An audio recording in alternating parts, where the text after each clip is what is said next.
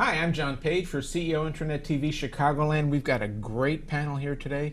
We're going to be talking about good luck or good planning, what's best for your business. Dean, why don't you start us off, tell us who you are, and then we can get started. Sure. Dean McMorris, co-owner of Nightlight Landscape Illumination. Stacy? Stacy Levine, CEO and President of Clarity in Numbers. Steve? Hi, Steve Brown, President and founder of Stratego Consulting, Inc. We've got three diverse businesses here. And when you look at a successful business, a lot of times people think, wow, Stacy, you were really lucky. Your business is successful. But is it good luck, or is it good planning, or is it sometimes a combination of both? I tend to think that things don't happen for a reason. I think things naturally happen, and it's how you react to it or how you handle it. For example, everyone faces adversity in their personal and business life, but do you bring that to the office? How do you handle it at the office? Are you professional? So I tend to think that it's not just, you don't wait for an opportunity to fall in your lap. You've got to be proactive. You've got to take initiative. You've got to be out there and really So you make your own luck sometimes? Is that? I really feel that you make your own self and your own luck. Do you think so? Is that the right way to look at it, Steve? I'm not sure. I think there is a factor of luck in business and in life.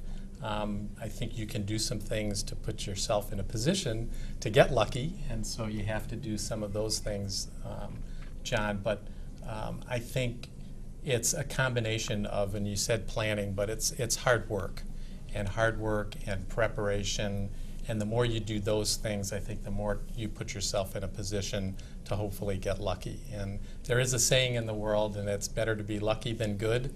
And there's, I think, a little bit of truth to that, but you can certainly put yourself in a better position to get lucky. And we all have to strive to do that. And luck doesn't always overcome bad business, right? You can't really be in a bad business and just simply survive on good luck. You've been in business for 20 years? Mm-hmm. I mean, it's been some luck, but it's also been focus and hard work and keeping your business afloat. I think, as Stacy mentioned, the word proactive is a perfect word, because you being proactive about what you have and where you want to be. And the difference between proactive is, the space between stimulus and response. Something happens and you can quickly react, or you can take a second and figure out, okay, as a business, what are we all about? And you make the right decisions as opposed to just winging it or just reacting. You take the time to say, okay, what does this really mean? Where does my business want to go? It's not luck. It's just careful planning and just making good decisions at the times that decisions need to be made that are going to make a significant difference in moving your business forward.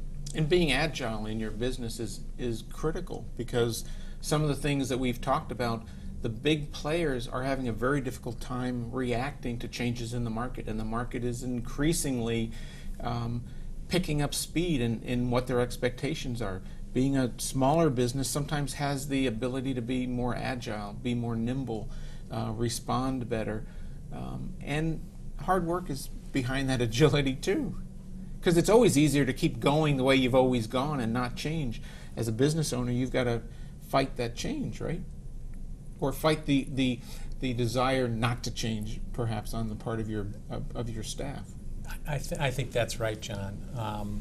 All of us have to be nimble. We've got to be agile. We've got to work it pretty hard. We've got to look at what's out there in our respective marketplaces. We've got to really understand our customers and how their needs are changing so that we can be better service providers to them and provide the right services to them. And it's a constant learning. I mean, the world is changing. You look at social media today, and you look at a lot of other things. Technology has enabled us to do things that are very, very different today than 10 years ago, let alone 20 years ago. And if you don't kind of adjust to the times and respond to all of those changes in your specific environment, you're not going to be able to sustain your business. I think to add to what both Steve and Dean have focused on, you need to have the intuition. When your clients tell you something, they're usually telling you what they want, like Steve alluded to. They're not necessarily able to then bridge that gap and figure out what they need. And that's where we need to have the intuition to be able to say, what is it that they really need, not jump into something, I was asked to do this, so I'm going to race to do that. You've got to stop, you've got to think before you act, and then resolve the problem accordingly. And that's how you build relationships with clients, not by just doing, they told me to do this, I'm doing this. It's done, check it off the list. Well, sorry, John, but to Stacy's point there, it's not always doing what the client asks you to do. Sometimes that's not the right thing to do, and I think we all have to be, we're all professional, we're all respectful of our clients, but we also should know the right thing to do for our clients. And sometimes it's pushing back and saying, you know what, I don't think that's the right way to go, and here's why, and try to get the client to sort of understand what the best solution might be. And sometimes we have to push back and not be yes people for our clients. We've got to be true to ourselves. We all have very specific skills and understand what we do, and we've got to bring that to bear for our clients. And that's got to, in your business especially, Dean, there are people telling you this is what I want to accomplish.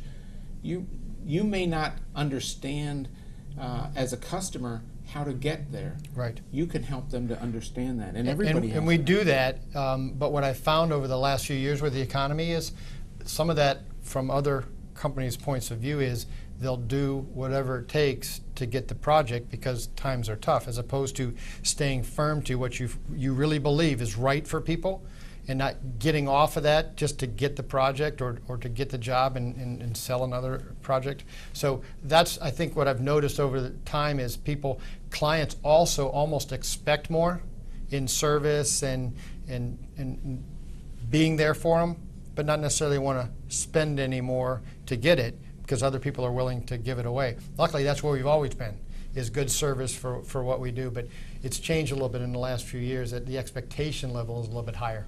And a lot of people are afraid to do what you're saying. They're afraid to come with the right solution if a client's doing something one way, right, and someone else has told them to do that for years. They're actually afraid to say, you might want to consider this option because they might not be hired, or if you're with a client that you already have, maybe you might be fired if you bring this up.